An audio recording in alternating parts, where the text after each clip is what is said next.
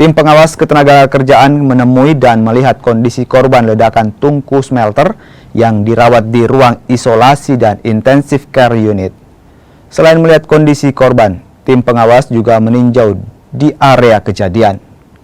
Jika ditemukan adanya pelanggaran standar operasional prosedur, Kementerian Tenaga Kerja akan memberikan sanksi.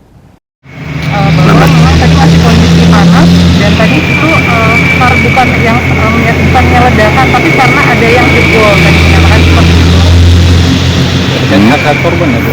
Bagaimana? Hak korban itu gimana? Korban kalau dari pihak perusahaan juga akan disampaikan sesuai dengan peraturan yang didapatkan, dan perusahaan juga menyampaikan nanti ada santunan tersendiri yang akan diberikan. Dan dari pihak perusahaan juga menyatakan sudah saat ini itu sedang mengumpulkan beberapa rekening karena kemarin kan fokus dengan menangani kondisi korban-korban. Jadi nanti informasi yang saya dapatkan sih tadi dari pihak perusahaan sudah ada beberapa yang